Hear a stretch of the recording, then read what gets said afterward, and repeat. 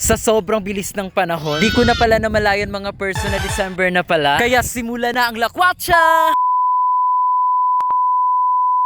Anyway, dahil first day ngayon ng December, malapit ko na talagang makalimutan mga person. My gosh! Last day na pala ngayon ng change oil ko sa Toyota. Free pa kasi yung change oil ko mga person.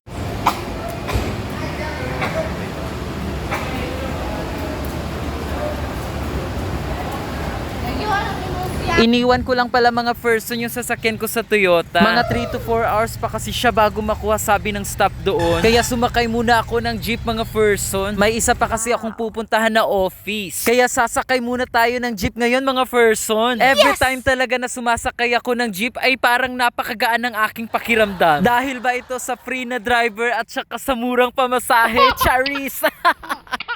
Kararating ko lang pala mga person sa isang office namin. Oh my God! Sa pawit lang. Taas mil tao. Dos na.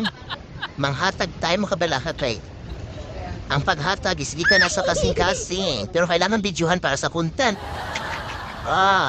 Okay. Sa mubarik mo diri kay mulansad ko pagka-presidente sa Purok.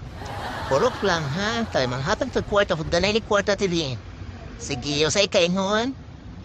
You're welcome.